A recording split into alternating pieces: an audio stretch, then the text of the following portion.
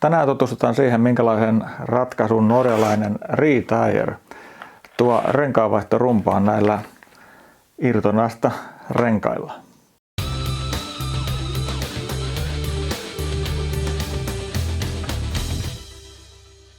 Morjesta. Pyörärenkaita joutuu välillä vaihtamaan olosuhteiden mukaan, tyypillisemmin nastarenkaat talveksi. Ja norjalainen ReTire on kehittänyt tähän oman lähestymistapansa, eli tämmöisen sileän perusrenkaan päälle asennetaan nastat sisältävä toinen kulutuspinta vetoketjulla.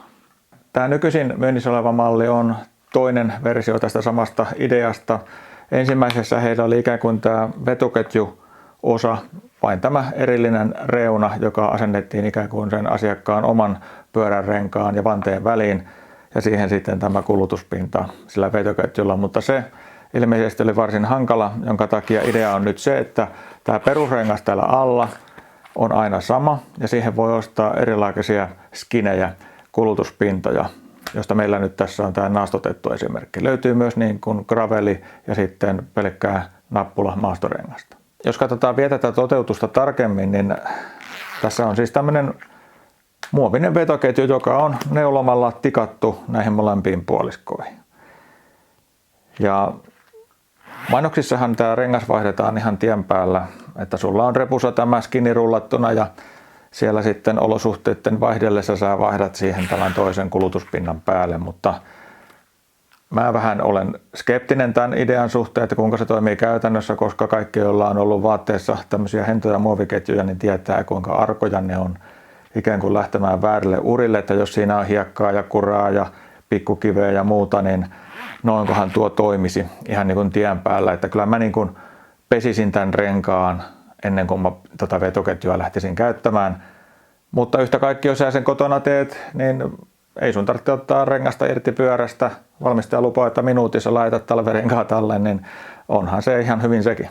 Tätä rengasta valmistetaan siis 26-tuumaisena ja 28/29-tuumaisena eli 700 C-vanteille ja kahta eri leveyttä, 42 milliä ja 50 milliä. Kaupassa ei ollut ikävä kyllä kuin vain tätä leveämpää versiota. Ja jos mä sitä yritän tuohon Norbeaan asentaa, niin tarkoittaa kyllä sitä, että todennäköisesti onnistuu eturenkaaksi, mutta ei takarenkaaksi, koska toi takaharukka on sen verran kapoinen. Mutta pääasia, että me saadaan sitten ihan live-kokemuksiakin, miltä tämä tuntuu ajaa, mutta ensinnä on tämä asennushaaste. Missään ei kyllä sanota, että pitäisikö tämä asentaa niin kuin tällaisenaan vai tämä perusrengas erikseen ja siihen toi skini päälle, mutta veikkaan, että pitää erikseen laittaa. Eli otetaan tämä päällinahka tästä pois ja ruvetaan asentamaan. Eli tämä kulutuspinta painaa tämän kokoisena 590 grammaa ja nämä molemmat yhteensä 350 kg. Onhan se jo paljon, mutta toisaalta kun ajattelee tätä ratkaisua, niin ei ehkä kuitenkaan niin paljon, mitä voisi kuvitella, että kyllähän tuommoinen samankokoinen Marovinteri tai näin, niin samaa luokkaahan se on. Tässä tulee mukana vielä tämmöinen kuminauhake, jolla tämän sitten voi hienosti sitoa paketiksi reppuunsa.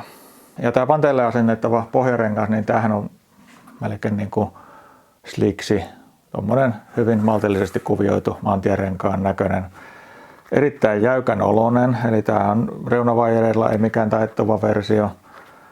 Ja heijastin nauha kyljessä.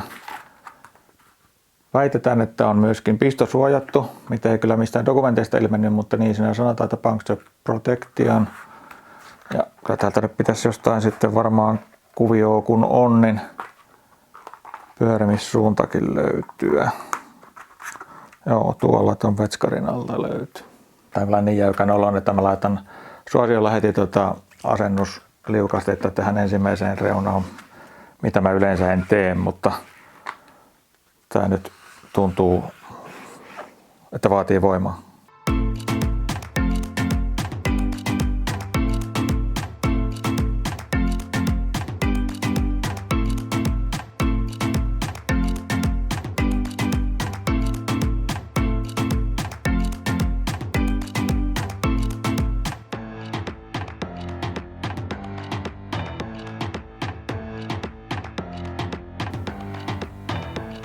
Eli nyt se on suorassa vanteella, eikä ollut itse asiassa niin paha asentaa kuin mitä mä tuosta renkaan olemuksesta kuvittelin. Onhan tää nyt vähän tämmönen hassun näköinen, tämmöiset virpakkeet, nämä vetoketjut tässä kyljessä, mutta ei nyt anneta sen tyylisiä eikä haitata. Ajattelin, että laitetaan tää kiekko nytkin pyörään ja asennetaan toi skini siihen päälle sitten ikään kuin sitten kun se on naateltu. Jotta se olisi helppoa, niin tämä kiekko on pyörässä kiinni.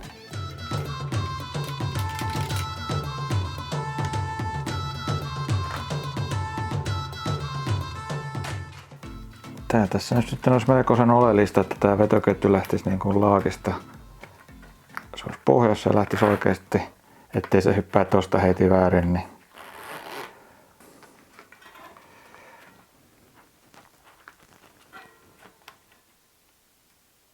Ups.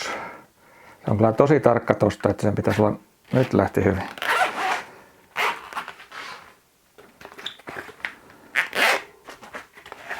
Sitä neuvottiin jossain vähän niinku venyttään tässä samalla kun sen laittaa päälle. Pitäisiköhän näitä vetoketjuja viedä vähän niinku samaan tahtiin.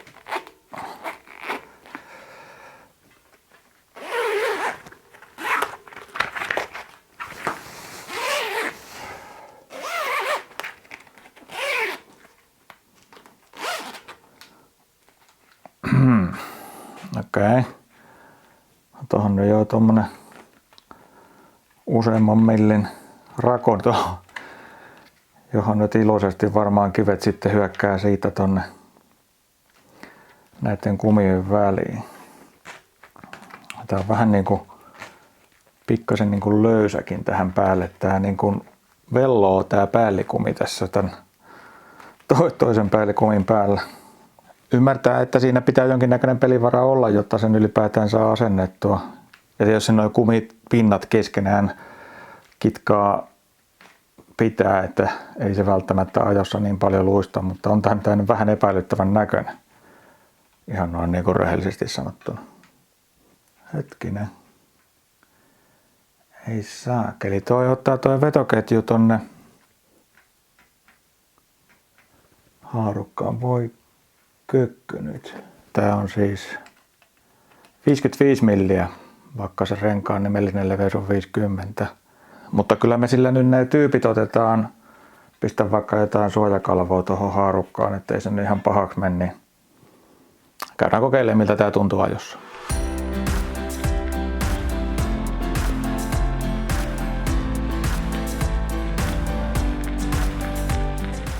Piti rengaspaineita heti pudottaa, rupesi niin pompottaa ja täristään. Mä pistin tallilla tähän joku 3 paaria, mutta se oli kyllä selvästi liikaa. Ei tää nyt niin klohmo tuntunen ajaa on, miltä tää näyttää. Tietysti tää pohjakin tässä nyt on, kun tässä lunta nyt kuitenkin hitusen on, vaikka hyvin aurattukin on, niin eihän se nyt ihan niin kuin sillä täsmällistä kuvaa vielä anna, mutta ei se niin kuin tossa kun mutkitellakin yritti, niin mitenkään tuntunut liiruvan tai laaruvan tavallaan noin renkaan osaset keskenään, että ehkä siinä on sitä kitkaa niiden kumien välissä kuitenkin sitten sen verran.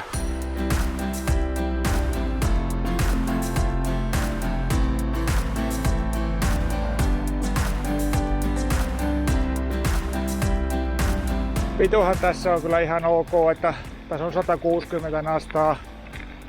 Ei nyt mikään maksiminastatus, mutta ihan riittävä kyllä, että sen puolesta ei ole heikkoa. Ja kuviointi on tommonen sopivan karkea, niin siinä ei sitten ole vaaraa, että kivekkään tarttuu niin helposti.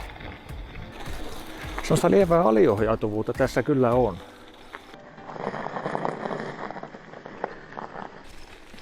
Mennään tästä tuohon ajoradalle, jos saisi vähän täsmällisemmän tuntuman tuohon renkaaseen, niin tässä on asfaltti paljon.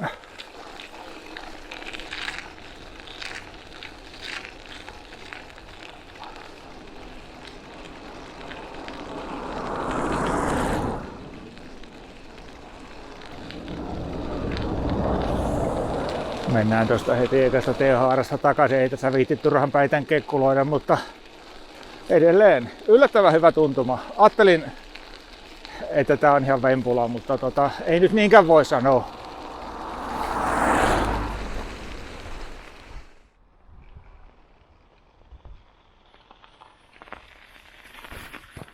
Kummasti tuo sommakin tuohon niin häipyy, että luulisin, että se jumputtaa ajossa, mutta ei sitä nyt ainakaan tämmöisellä alustalla edes huomaa. Tehäs hei vielä niin, että mä laitan tähän takaisin tuon Suomi-Tyresin routarenkaan ja tullaan vielä ajan pätkä, niin saa ehkä paremman kuvan siitä erosta, kun pystyy niin kuin ihan peräkkäin ajaan samoissa olosuhteissa. Mutta siinähän se joo, se kävi näppärästi. Ei muuta kuin jatketaan matkaa eri rengastuksella.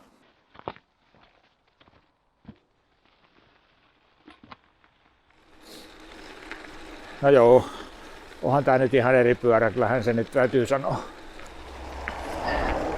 Tähän suorastaan lentää tää pyörä nytten, eli kyllä siinä on ollut todella iso vierintävastus siinä renkaassa. Vaikka se ei ollut siis kun yksi kiekko sillä rengastuksella, niin tää on ihan eri pyörä nyt. Ohjauskin on täsmällisempi, mutta kyllä toi suurin ero tulee tästä vierintävastuksesta. No harvahan se, että täytyyhän tommosella ratkaisulla jotain miinuspuoliakin olla. Muutahan niitä sitten kaikilla. Sen sileen alusrenkaan ominaisuuksia tässä nyt ei tule testattua näillä keleillä näissä olosuhteissa, mutta en mä siinä sinänsä mitään epäile. Se nyt varmaan toimii sillä lailla, kun semmonen rengas toimii. Että kyllähän ne potentiaaliset ongelmat on just tässä tämmöisessä kaksikerrosrakenteessa.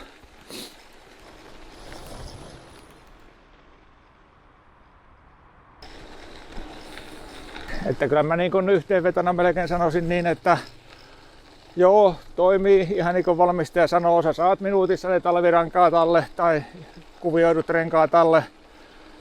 Ja niillä pystyy kyllä ajeleen, ei siinä. Mutta en mä silti, jos mä niin kuin vakituiseen ajasin talvella päivittäin tai ylipäätään enempi, niin en kyllä semmoiseen käyttöön ottaisi. Mutta että jos sä sitten suurimman osan ajosta pärjäät tuommoisella kaliumilla renkaalla ja satunnaisesti tarvitset kuvioa tai nassotusta, niin kyllähän se noin onnistuu ja vähällä vaivalla. Mutta mulla ei ole niille renkaille käyttöä, kun ei oikein pyörääkään mihinkä ne sopis, enkä sen takia lähde ostamaan, niin laitetaan niin sanotusti vahinkokiertäen. Eli jos sulla on käyttöä tommoselle rengassysteemille 2 tuumaa leveä 28 tai 29 vannen, niin osallistu arvontaan. Linkki löytyy tuosta videon kuvauksesta. Ja tietysti jos sulla on itseläiskokemuksia tästä systeemistä, niin laita ihmeessä tuohon videon kommentteihin, niin saadaan vähän laajempaa otantaa. Kiitos kun katsoit tämän videon ja liity hei jäseneksi, niin saadaan sitten tämmöisiä videoita vastasuudessakin tehtyä. Nähdään taas ensi viikolla, moi moi! Tarkkaisemmat varmaan huomasi, että siinä rengas kääntyi kesken videon. Asensin kuitenkin väärinpäin, vaikka siinä oli se merkki pyörimissuunnasta. Niin asensin sen siis 2 kertaa.